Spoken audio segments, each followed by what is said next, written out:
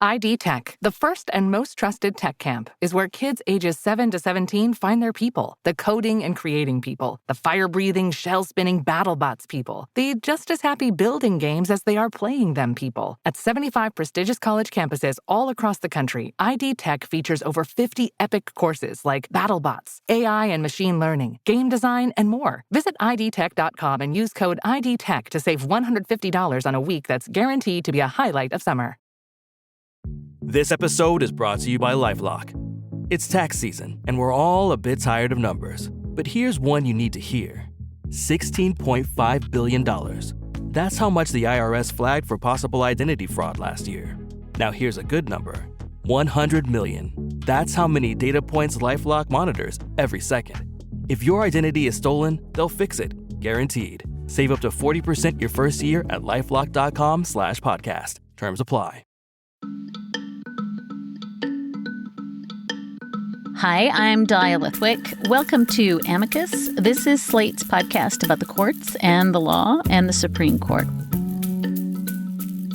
When I saw it, I immediately broke down. The administration maintains the position that this individual who was deported to El Salvador and will not be returning to our country was a member of the brutal and vicious MS-13 gang. I've seen news of that prison, and I knew they take criminals there. And my husband's not a criminal. The error that you are referring to was a clerical error. It was an administrative error. I was scared for his life. The historian Tim Snyder, writer Adam Serwer, and others describe the Terrorism Confinement Center in El Salvador, or CECOT, simply as a gulag. How else can you describe the black site prison camp that America pays for, to which anyone can be disappeared based on a tattoo or wearing a Chicago Bulls hat? And even if that disappearing happened in error, which according to the U.S. government this past week can happen, there's nothing to be done about it. We're going to speak to the lawyer for a man trapped in this anti-constitutional habeas corpus vacuum, this Kafka nightmare, in just a couple of minutes. After that, Slate senior writer Mark Joseph Stern is going to join me to talk about the legality of Donald Trump's disastrous tariffs this week. But first. And first of all, I want to thank El Salvador and their president for their partnership with the United States of America to bring our terrorists here and to incarcerate them and have consequences for the violence that they have perpetuated in our communities. It was not possible to talk to the men in the background of Secretary of State for Homeland Security Kristi Noem's propaganda video filmed in El Salvador last week.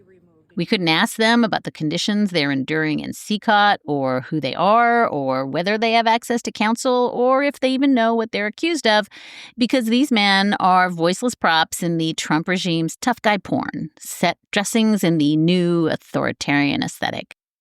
We can't speak to the men in that prison camp in El Salvador, but we do now know that one of these men is Kilmar Armando Abrego Garcia, the Maryland husband of an American citizen and the father of a U.S. citizen child.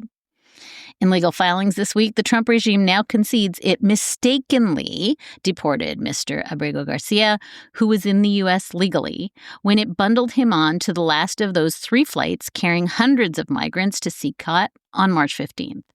It was, it turns out, quote, an administrative error.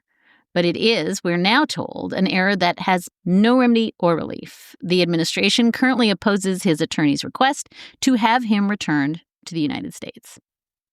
While we can't speak to Mr. Abrego Garcia, indeed, even his wife cannot speak to him, we can speak to his lawyer, Simon Sandoval-Moshenberg, who filed a motion late Wednesday asking the judge in this case to do something to bring him home. Following a hearing on Friday afternoon, which took place after our interview, U.S. District Judge Paula Zinnes of Maryland found that the Trump administration had acted illegally when it deported Mr. Abrego Garcia and ordered his return to the United States no later than midnight on April 7th, this coming Monday. Cue the sound of yet another constitutional crisis in the making as we watch for whether the government complies with her order. Okay, now on to my conversation with Simon Sandoval-Moshenberg, a partner and head of litigation in Murray Osorio PLCC's Fairfax office. He has significant experience litigating against the federal government on behalf of immigrants, including at the District Court, Court of Appeals, and at the U.S. Supreme Court. Simon, welcome back to Amicus. Thanks. It's nice to be back. I started by saying that your client was in the United States legally, married to an American with an American child. And I wonder if you could just take us back to, say, the beginning of March 2025 and explain to us what his formal legal status was at that moment. Sure. Mr. Abrego Garcia had been arrested by ICE previously in 2019 when he was working as a day laborer in front of a Home Depot. At that time, he applied for asylum. He was denied asylum, but solely on the basis that he had failed to file within 1 year of arriving in the United States. And so instead, the judge granted him a form of protection that's very similar to asylum called withholding of removal. Withholding of removal means two things. It means that he can't be deported to the country of El Salvador. That's an absolute prohibition. And it also means that he's allowed to remain in the United States and, in fact, get a work permit. So for the past 5+ years, he's been working a full-time job with a legal work permit that he has been dutifully renewing. Perhaps the biggest difference between withholding of removal and asylum is that asylum puts you on a path towards a green card and ultimately U.S. citizenship.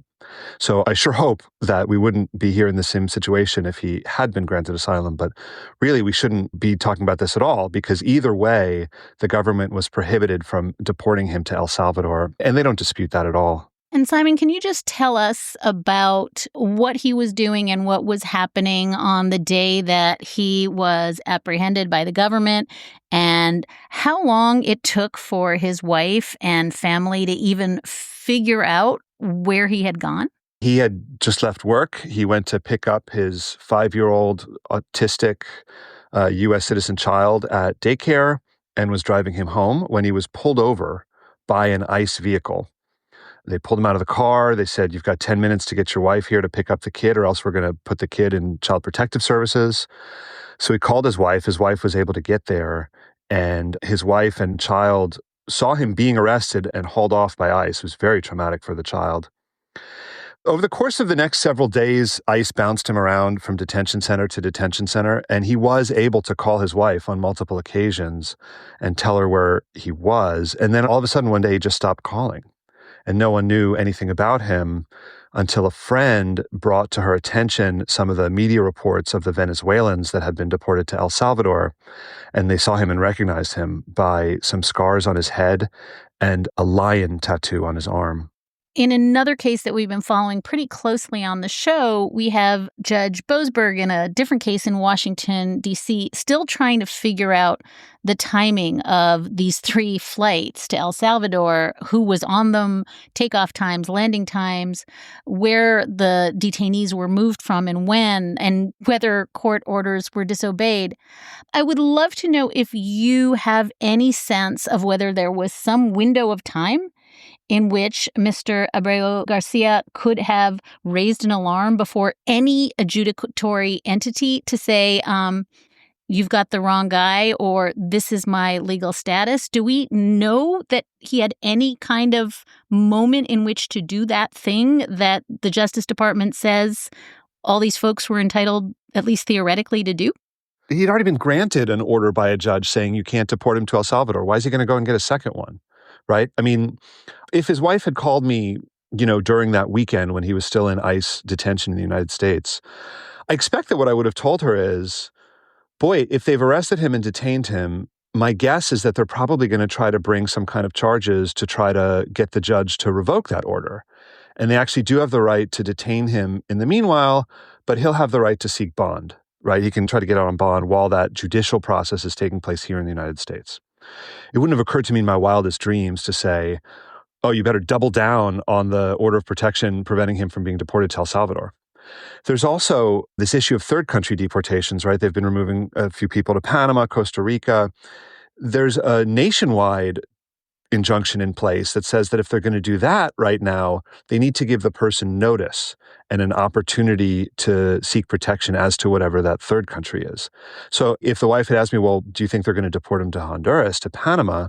I would have said, well, if they do intend to do that, they have to give him a notice of that, and they have to, give him the opportunity to go to court and seek relief from being deported to that particular country as well. So if they haven't given him notice, we don't have to worry yet. So no, there would have been really no reason to conceive in my wildest dreams that this was what was about to happen. And just for my edification, Simon, he was told when he was scooped up that his status has changed, right? This wasn't true, but he was told that he was no longer subject to this order of protection?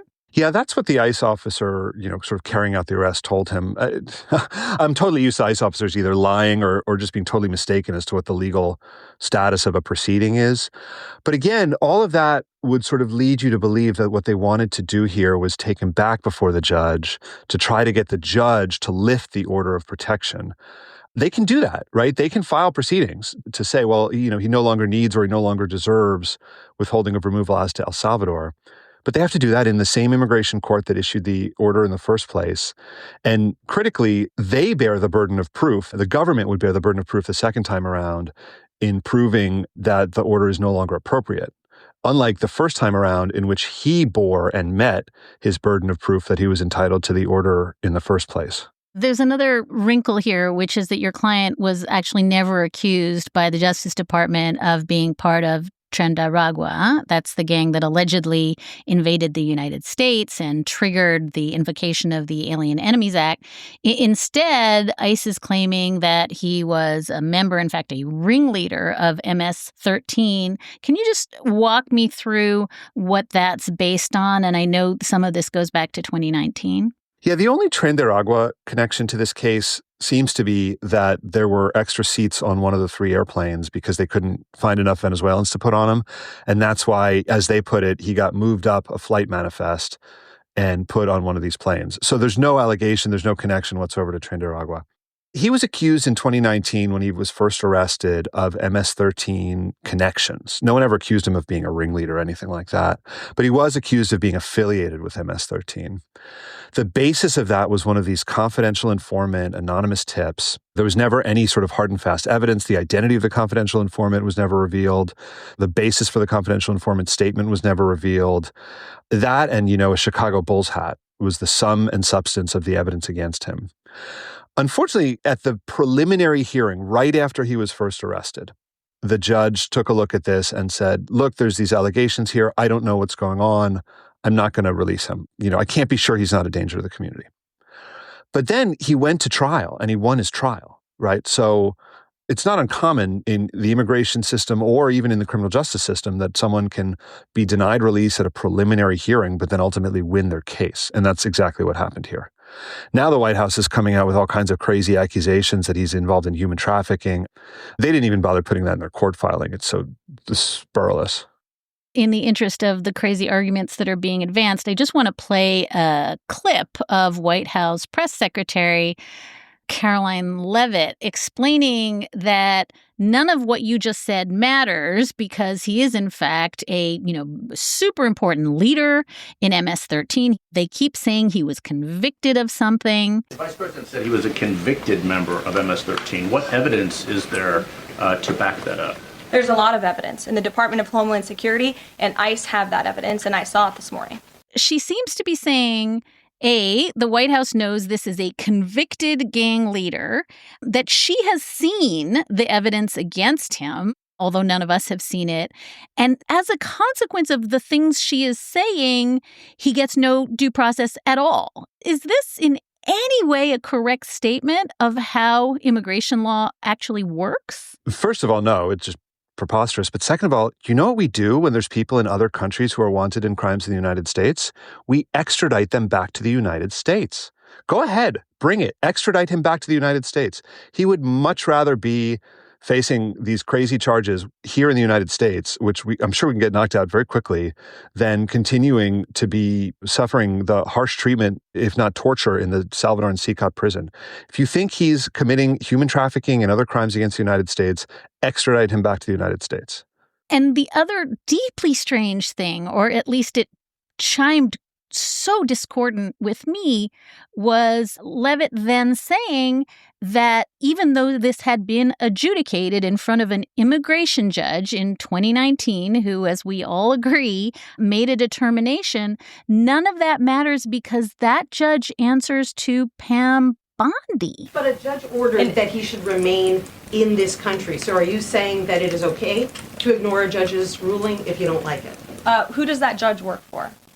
It was an immigration judge who works for the Department of Justice at the direction of the Attorney General of the United States, whose name is Pam Bondi, who has committed to eradicating MS-13 from our nation's interior. Who is, I guess, in possession of a DeLorean and can go back in time and change what a judge did at the time. Yeah, I mean, it's actually true that the immigration courts are set up in such a way that the ultimate right of appeal goes to the Attorney General of the United States. And the Attorney Generals under the first Trump administration actually used this quite frequently. They would certify appeals to themselves and then reverse decisions granting relief to immigrants. Jeff Sessions did this all the time.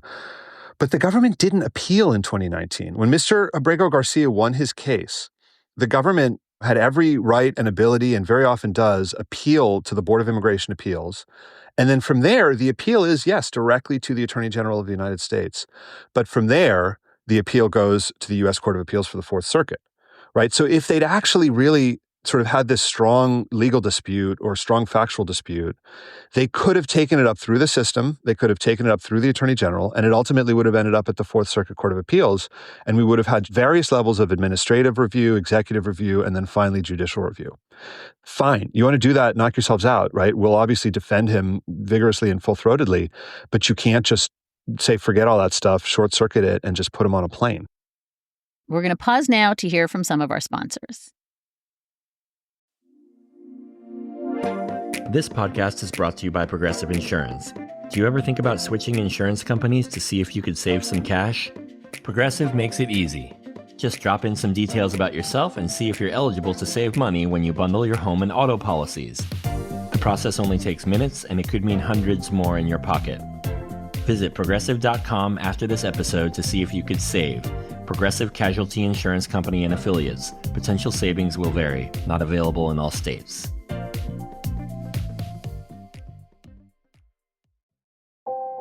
This episode is brought to you by the ACLU. The Trump administration is pushing a dangerous and sweeping agenda to control our bodies, our families, and our lives. President Trump has signed far-reaching executive orders that target transgender people, their rights, and their health care. But the ACLU and their partners are in court fighting back. Meanwhile, the ACLU is also at the Supreme Court fighting to protect the future of transgender people's freedom and bodily autonomy for all. U.S. v. Skrmetti centers on a Tennessee law restricting healthcare access for trans youth. Tennessee has asked the Supreme Court to expand the ruling that overturned Roe v. Wade. This would not only violate the constitutional right to equal protection under the law, it hurts everyone's freedom to control their bodies and lives. Learn more at aclu.org/autonomy. More now from my conversation with Simon Sandoval-Moshenberg, who is representing Kilmar Armando Abrego Garcia, a Maryland father and husband who has been locked up in El Salvador's notorious CECOT prison despite a protective order prohibiting his deportation to El Salvador. So I just want to review everything you've said till now. Your client is married to a U.S. citizen. They have a 5-year-old child who is a U.S. citizen who has autism. Your client has been living under protected status as granted by an immigration judge from 2019 that has never been appealed or reversed, and that judge found that he would likely be targeted and in danger of gangs if he was sent back to El Salvador. All of this leads me to say that this visceral and astonishing part of the story you have just told is that you have never spoken to your client. That's right. He's held incommunicado in the CECOT prison, just like all the other prisoners there. The family actually hired a lawyer in El Salvador to try to establish contact with him, and that lawyer hasn't been able to do so either. One thing that strikes me as important in this narrative is that he was on that third flight, right? The third contested flight, the flight that should I think, not have landed in El Salvador because it was subject to Judge Boasberg's order. So am I counting right when I say that there are actually 2 judicial orders that should have stopped the government from deporting him, the first being that immigration judge 2019, and then Judge Boasberg saying, turn that plane around? Yes, that does seem correct to me. I mean, he shouldn't have needed Judge Boasberg's order. He should have never been placed on the flight manifest in the first place. But that is correct, that there were 2 judicial orders that were sort of relevant here.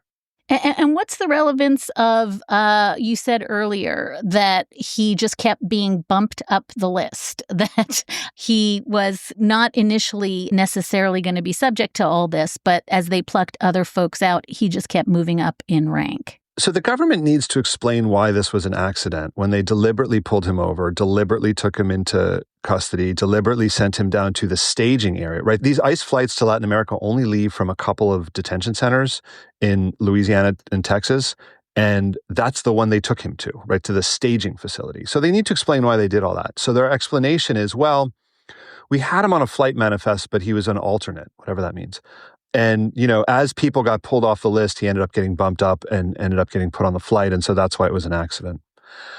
I don't understand what that means at all. Quite frankly, I don't understand why you would put someone on even as an alternate if they are absolutely prohibited from being put on the flight to begin with. But that is sort of their explanation as to why this is an accident. But I have to say, this is far from the first erroneous deportation case that I've handled. Practicing immigration law for almost 2 decades, it's certainly not common, but it happens from time to time. And in every such case that I handled previously, as soon as I sort of brought it to the attention of the Department of Justice and the Department of Homeland Security and convinced them that they'd made a mistake on this one, they immediately, bent over backwards and moved mountains to get my client back to the United States. I handled a case of that nature under the first Trump administration. They erroneously deported a guy to Guatemala while his proceedings were still pending. As soon as I brought it to their attention, they brought him back very, very quickly. I spoke with a lawyer who handled a case in which an Iraqi was erroneously deported to Iraq. They worked very hard to get him back quickly. After the family separation debacle, when the preliminary injunction was entered, the government spent the next 6 years traipsing the mountainsides of rural Guatemala looking for, and in many cases finding, the parents of these separated children. We never managed to find quite all of them, but we put a lot of work in and we found very many of them. So really what's new and shocking about this case is not the fact that someone was deported by mistake. It's their position after the fact that they have zero obligation to do anything about that. They have zero interest in rectifying the situation, and no court can make them. Yeah, it was interesting in your Wednesday motion. One of the things that I think you flagged is that we know how this goes when they retrieve somebody that they have erroneously deported. This is not the first time, and that the answer that they offer in their own pleadings is that this was like, quote, an administrative error, and that it was in good faith, that somehow it absolves them. That's new and kind of crazy. Is that even credible that they're making the argument? We have no responsibility to do this because even though we knew it was a mistake, we were in good faith? That's new, right? That's what's shocking. I mean, that's ridiculous. Like, even if you take it for granted that this was an administrative error carried out in good faith, that does not absolve them of their obligation to at least try all means reasonably possible to fix it. It is quite clear that there's a detailed level of coordination between El Salvador and the United States when it comes to these deportations. The plane with Mr. Abrego Garcia and the Venezuelans, the planes landed in El Salvador, and they didn't just sort of get off the plane and wander around El Salvador and eventually get arrested. The Salvadoran security forces were waiting at the airport with sufficient troops, sufficient vehicles to take every single one of those individuals directly to the CECOT jail. This was a highly coordinated operation. And so I don't know why they seem to think now that they can't be made to call on those same levers of coordination and cooperation to ask for him back. I really do think it's going to work. I mean, maybe I'm being naive, but I really do think that if we make a good faith request, not a wink and a nod, but a good faith request that the government return him to us, I expect that they would. I don't see why they wouldn't. Again, we do this all the time when it comes to extraditions, right? Like criminals, Colombian alleged drug lords. We do this all the time. MS-13 leaders have been extradited from El Salvador to the United States to face criminal sanctions here in the United States for crimes that they committed in the United States or directed in the United States. This is a thing we do all day, every day. We can do it in this case too. So this actually brings us to the nut of what the relief is that you are seeking here, which I think is, as you say, ask nicely, Mr. President, right? Like that's what the request is. And I think you note that it's not as though the United States has no say over this. They've paid $6 million to detain folks at CECOT. Marco Rubio thanked the president of El Salvador on Twitter. Kristi Noem did a photo op inside the prison after all this was filed. So I guess I'm just want you to explain to me how it is that, well, you can't explain it to me. You're trying to get the government to explain it to you. But how is it possible that they can claim in front of a court that they just have no say in what happens to him now?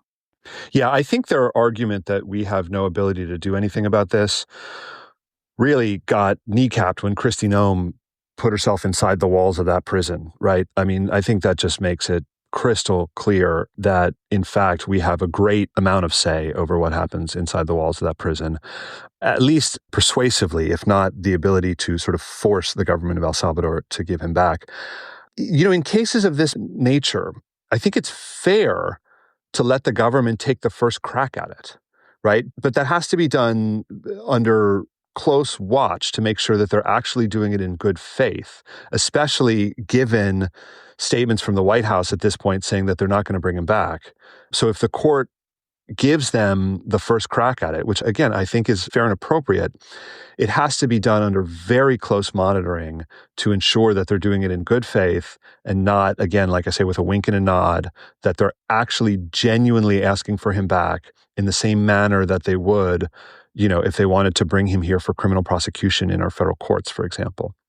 Now, the government's going to say, well, this is very sensitive diplomatic stuff. You can't force us to reveal the sensitive nature of our diplomatic communications. Again, the court has procedures to handle all of that. It can all be done under seal. It can be done in camera, right? For the judges, if they don't want me to see it, fine. I absolutely trust the district judge to make sure that this is being done fairly and in good faith. They can file it in camera. But these courts have handled 9/11 prosecutions. They can certainly handle this sheet metal worker from Prince George's County, Maryland. Simon, we haven't talked about the conditions at CECOT yet, but I guess it's relevant that Judge Boasberg in that other case found the conditions at CECOT present, quote, the risk of torture, beatings, and even death. You claim in your briefing that the conditions rise to the level of irreparable harm, and the government's response seems to be another version of just trust us, right? They say this court should defer to the government's determination that Abrego Garcia will not likely be tortured or killed in El Salvador. Is it material? Will it matter that he's in a absolutely hellish prison that we know to be deeply dangerous and that the government is just telling us, trust us, he's okay? I think the conditions are relevant insofar as they create a sense of urgency for the court, for the government, right? I think if he was being held in a normal prison or if he were free at liberty to wander around the country of El Salvador, we could handle this litigation on sort of a more regular timeline. But I think given the nature of the conditions, this needs to be done very, very quickly. Too long has passed already with the government not even beginning to try. I mean, I was so shocked when I got their brief because I thought what it was going to say is we recognize our error and we've already started the wheels in motion to bring him back, but Judge, you shouldn't mess with that because we're already working on it and we got this under control. Instead of, yes, we messed up, but we're not going to do anything to fix it. I almost spit out my coffee when I read their paragraph about the government makes determinations under the Convention Against Torture. Yeah, that's right. And the human being within the government who makes that determination is an immigration judge. That's who determines whether someone's likely or not likely to be tortured in a particular country. And that's who they needed to bring him in front of, and that's who they didn't bring him in front of. So of all the things they wrote in their brief, that paragraph that, the government makes determinations about whether someone's going to be tortured, that was the most bitterly ironic of all, because that's exactly the legal process that he was entitled to and didn't get. In the case, again, before Judge Boasberg, the Justice Department consistently argues that all of these rendition prisoners had heaps of time to file a habeas petition, and they should have done that. And of course, now we know they can't do that in El Salvador. And my colleague Mark Stern wrote this week that the filings in your case, held up next to those, seem to show that the government is pretty knowingly racing people to what is kind of a black site for migrants in El Salvador. Is there any other way to look at the behavior that says we made a mistake, there's nothing that anyone can do about it, other than it just looks as though folks are being shoveled into a place where they cannot have any process? It is not the case that as long as they do something quickly enough to get away with it, therefore there is no remedy under law. That is not and has never been the case and cannot be the case. And this case makes it so stark because the government also argues that federal courts generally don't have jurisdiction over immigration removal matters and that those types of matters need to be funneled to the immigration courts. Right? So the thing that my client supposedly was supposed to have done to prevent himself from being deported to El Salvador was to go to an immigration court and get an order of protection from being deported to El Salvador, which he already had since 2019, right? So it just lays bare how none of this makes sense because the thing they're faulting him for not having done, he'd already done it 5 years ago. He had no reason to do it again. And I guess the last question that I have, and this is everywhere in your briefing and in your discussions of this case this week, but I just think it's the what's the limiting principle here question, because I can't understand reading J.D. Vance's tweets or listening to Carolyn Levitt what would possibly stop Pam Bondi or Marco Rubio or President Trump from saying that some federal judge they don't like is also a member of some gang and entitled to no due process or finding of facts and can be deported to a third country. And oh, by the way, even if it's an accident, nothing can be done. I mean, this feels like it swallows the totality of immigration law as you practice it and I understand it. Is there some limiting principle other than we're in a war and it's exigent and trust us? No, there really isn't. I mean, their arguments could be applied to U.S. citizens just as easily as to Mr. Abrego Garcia. Their argument that even if we deport someone with admittedly no legal basis whatsoever, there's nothing anyone can do after the fact. There's no limiting principle to that whatsoever.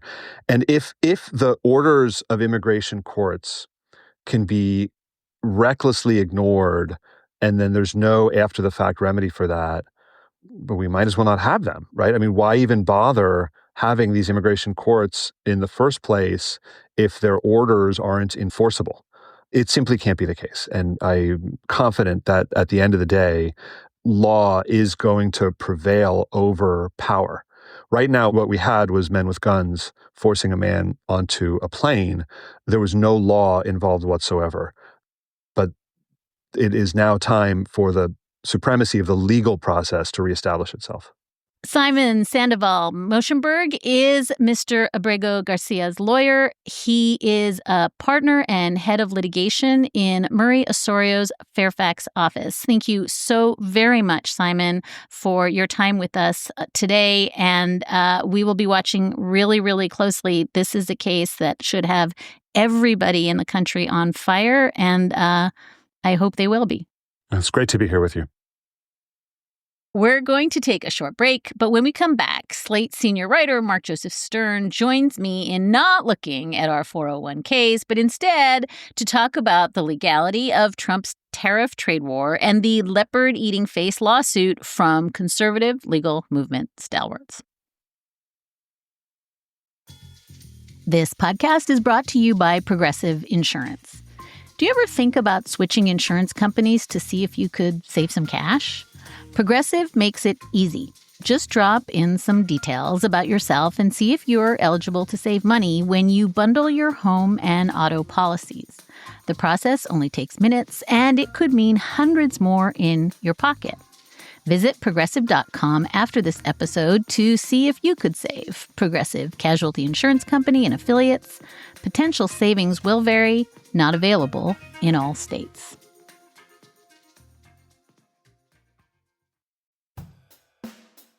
Today's episode is sponsored by NerdWallet's Smart Money Podcast. Life comes with big money questions like, are target date funds a smart or lazy way to invest? Should you pay off debt or invest extra cash? Can you deduct your dog as a home security system on your taxes?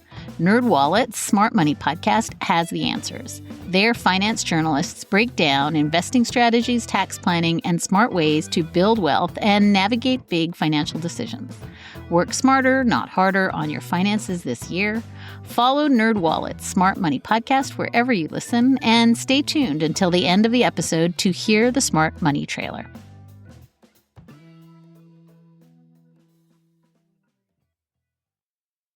I'm Courtney Martin from How To. On our latest episode, a new kind of road rage. Just a nice older woman kind of motioning me to pull up beside her. And she's like, F you, sell your car.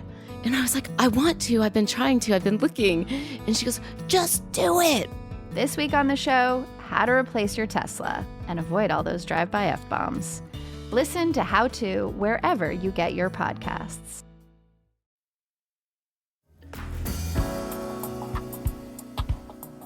The news of the week, outside of our own rather frantic legal lane on the show, is, of course, President Trump's Day of Liberation global tariff regime and the absolutely predictable but nonetheless disastrous fallout across the entire world economy. Yet it turns out that amid all this economic news, there still lurks a legal question, which is, are the tariffs even legal?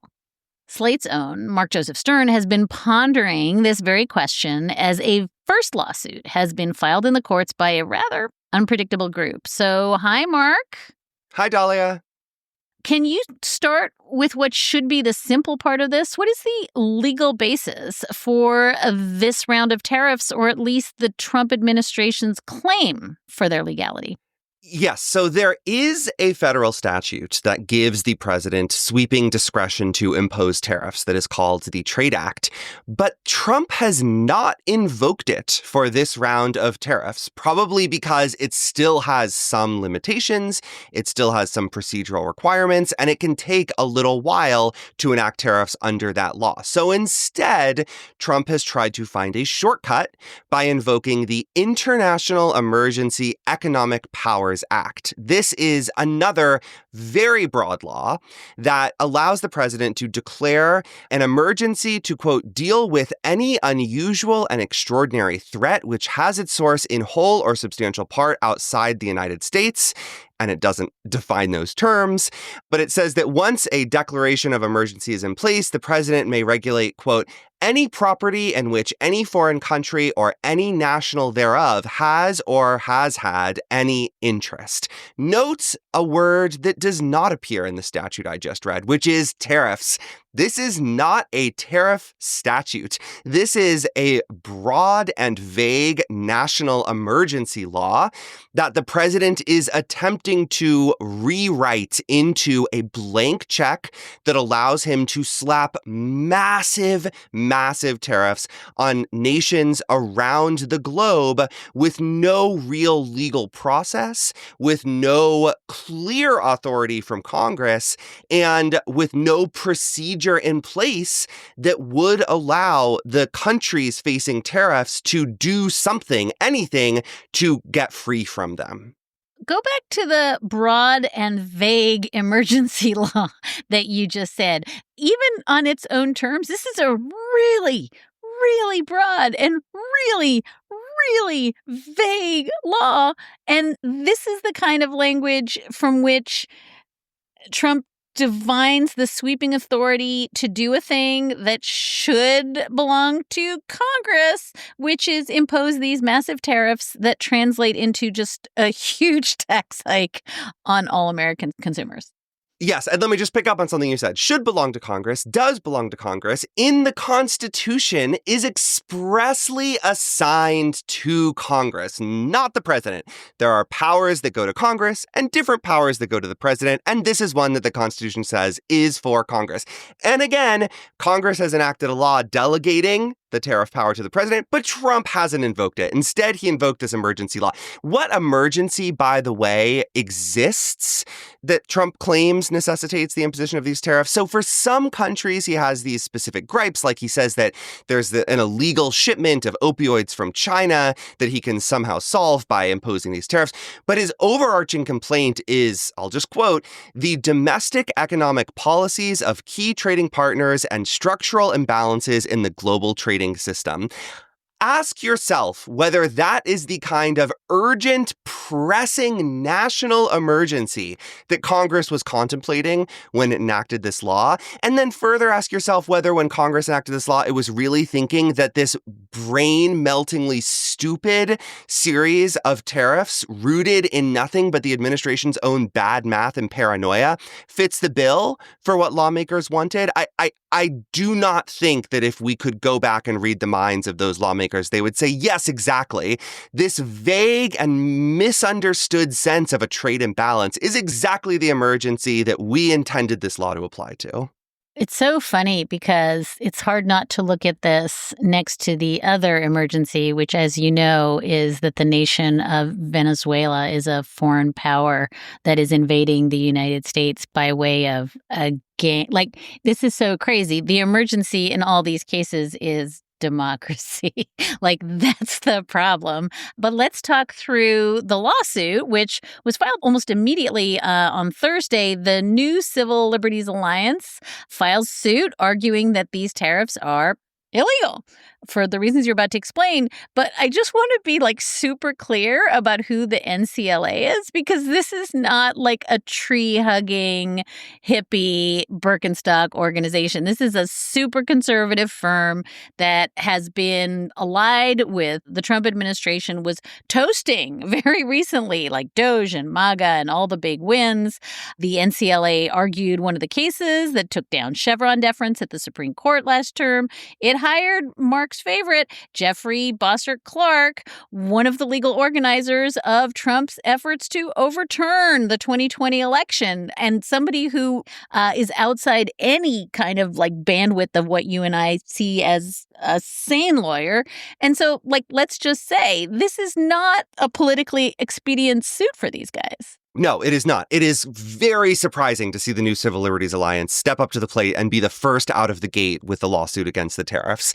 As you said, they are really, really closely aligned with the Trump administration. Their main goal is the demolition of the administrative state. And yet, I guess they still have some shred of integrity because they are very much going against their usual ally here. They have filed a lawsuit and they are invoking the major questions doctrine to argue that the imposition of these tariffs is the kind of question of vast economic or political significance that, according to the Supreme Court, Congress must expressly authorize if the executive branch seeks to take such sweeping action. I think that is a plausible argument. As I've said, the law that the White House has invoked here does not talk about tariffs. I think it's really dubious that this is the kind of emergency that Congress intended the president to address through this law. But I'll note that, so far in our lives and in the life of the major questions doctrine, it has only ever been invoked by the Supreme Court against Democratic presidents, and specifically against Joe Biden, right? The Supreme Court used it to strike down Joe Biden's Clean Power Plan that would have restricted carbon emissions at coal-fired power plants, and it just as notoriously invoked it to strike down Biden's student loan relief plan. And I think that's notable because the student loan relief plan was also enacted under an emergency law, the HEROES Act, which was passed after 9/11 and gave the executive branch this very broad discretion to forgive student loans when there is a national emergency. The administration said COVID is a national emergency. We need to forgive these loans. The Supreme Court swatted it down and said, that's not the kind of emergency Congress was thinking of. This doesn't count. These loans can't be forgiven this way. And so I think in some ways, this is like a a big test for the major questions doctrine. Is this something that conservative justices whip out when they want to assert a free-floating veto over policies of Democratic administrations that they don't like? Or is this a real, legitimate, neutrally applied principle of the law that can be wielded against Republican administrations, even if the administration and the Supreme Court largely see eye to eye on everything and share many of the same policies? Now, I'll note the footnote here is that I don't think that the Supreme Court justices on the right all love tariffs. I'm sure if Trump loves them, Clarence Thomas and Sam Alito love them too. But John Roberts and Brett Kavanaugh are sort of Chamber of Commerce types. They're not going to be infatuated with this idea of a massive tax hike on American consumers. So this could be a test of the Supreme Court's integrity and nonpartisanship. It could also be in some ways a cynical opportunity for Roberts and Kavanaugh and maybe Barrett to invoke the major questions doctrine against a Republican president to say, look, see, it's not just something we wield against Democrats. We're using it against Trump too, but also deep down in their hearts to get what they want, which is the abolition of an insane economic policy that is utterly irrational and bad for the country and bad for business and corporations. They could sort of have their cake and eat it too.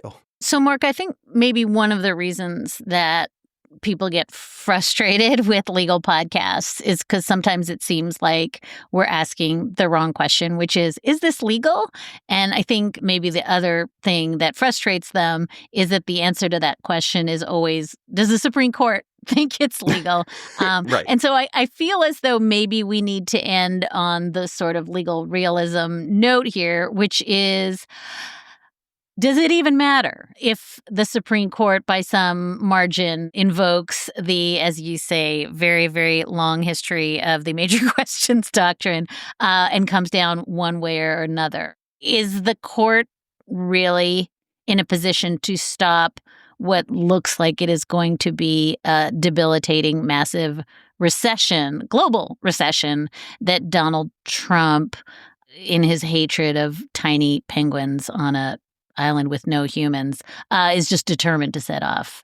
Yeah, I mean, first, I just want to reflect on how depressing it is that here we are sort of hoping for the sake of the global economy and people's livelihoods that the Supreme Court does invoke an utterly made up doctrine with no basis in federal statute or the Constitution in order to save the country from itself, from the president that it elected, right? We should be very clear that if the court does this, I don't even know, is it a win for the law? Like, yes, this national emergency statute clearly doesn't authorize tariffs, but the major questions doctrine is also bogus, and I don't want to lend it any more legitimacy than it already has. So it's a bad situation to be in. But beyond that, I do think that if there is a despair that I'm sensing in your question, a note of hopelessness, I think it is well-founded, right? We say on this show all the time, the federal judiciary is a reactive institution. It reacts to decisions made by the other branches.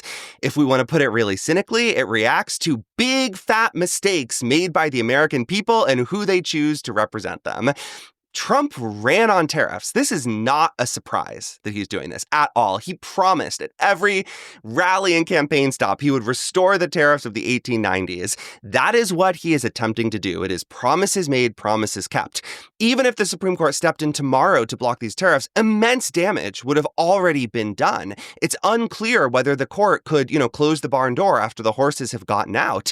And should the Supreme Court intervene, it would be weeks, months, maybe even a year from now, at which point Trump's tariffs could have easily sent us tumbling into a national recession, a global recession, stagflation, something even worse, right? And so I do think this shows the stupidity of anyone who thought, well, I'll vote for Trump, but I know the Supreme Court will rein in his worst impulses, right? That's not how it works. The Supreme Court is not sitting in the Oval Office ready to immediately veto every miserable and illegal action that the president takes. It has to wait for the right lawsuit at the right time. Even then, a good decision is not guaranteed. And as we've discussed here, it's unclear what a good decision looks like. For the law, it might be one thing. For the economy, it might be another. So it's a bad spot for the Supreme Court. I don't envy the justices having to make this decision, which they surely will soon enough. And they simply cannot save us from a mad king president who's dead set on setting off a global trade war. If he wants to do it, he's gonna find a way to do it. The Supreme Court can try to box him in, but here we are seeing the stock market plunge, and John Roberts is not there, banging on the doors of the White House saying, let me in, I gotta strike this down. That's not how it works. It's not how it's ever worked. We are all going to have to pay the price for the choice that the American people made in November. I want to gently reframe one thing you said, which is that my question was rooted in despair. As you and I have both agreed since this last election, sunlight, best disinfectant, and good to call things what they are. And so to me, I think there is some utility in saying, A, this is utterly lawless by everyone's metrics, including stalwart members of the conservative legal movement and its attempt to dismantle government as we know it, but also very useful to say that the court is very much the author of an awful lot of the misery we now find ourselves in. And, all roads lead back to, in my view, in some sense, the immunity decision and other decisions going all the way back to Citizens United that put us where we are.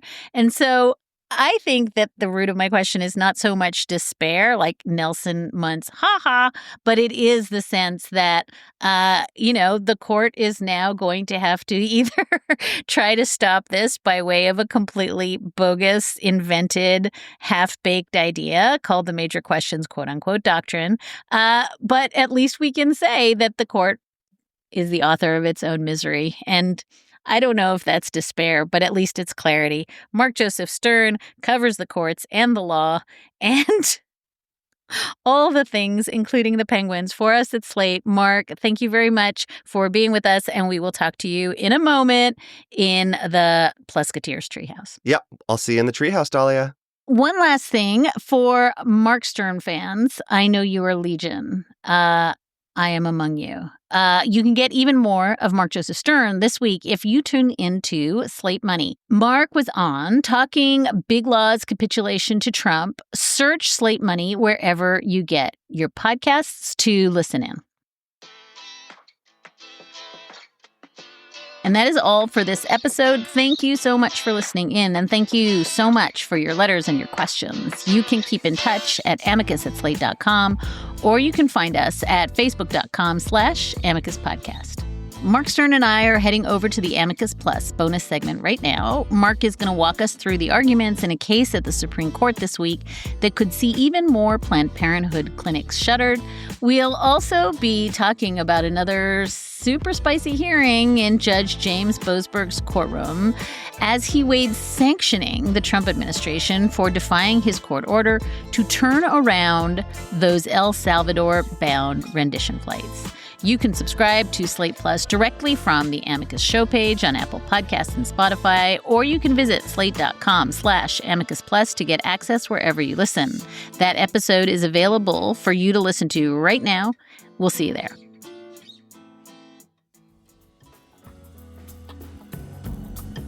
Sarah Birmingham is Amicus's senior producer. Our producer is Patrick Fort. Hillary Fry is Slate's editor-in-chief. Susan Matthews is executive editor, and Ben Richmond is our senior director of operations.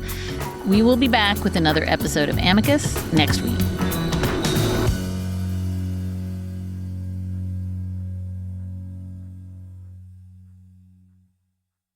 Today's episode is sponsored by NerdWallet's Smart Money Podcast.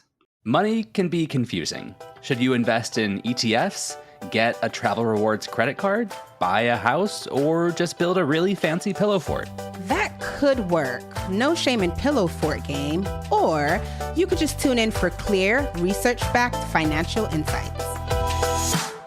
I'm Sean Piles, a certified financial planner professional. And I'm Elizabeth Ayola. We're the hosts of NerdWallet's Smart Money Podcast, where you bring the money questions and we bring trustworthy information backed by NerdWallet's expert analysis, without the jargon or the sales pitch. Our nerds do the research so you don't have to. We'll help you understand your options so you can make the best decision for your situation, from optimizing your investments and maximizing credit card rewards to making big money moves with confidence. Plus, we keep it real. No lectures, no judgment. Just tips and tools you can use to build wealth and take control of your finances. Think of us as your financial GPS, helping you navigate your money decisions and avoid expensive wrong turns. Whether you're planning for retirement, weighing a big purchase, or just want to make your money work harder for you, we've got insights that you can use in real life. So, if you want practical, straightforward, and actually useful financial knowledge, plus a little bit of fun along the way, follow NerdWallet's Smart Money Podcast on your favorite podcast app. Trust us, future you will thank you. Hi, I'm Josh Levine. My podcast, The Queen, tells the story of Linda Taylor. She was a con artist, a kidnapper, and maybe even a murderer. She was also given the title the Welfare Queen, and her story was used by Ronald Reagan to justify slashing aid to the poor. Now, it's time to hear her real story. Over the course of 4 episodes, you'll find out what was done to Linda Taylor, what she did to others, and what was done in her name. The great lesson of this, for me, is that people will come to their own conclusions based on what their prejudices are. Subscribe to The Queen on Apple Podcasts or wherever you're listening right now.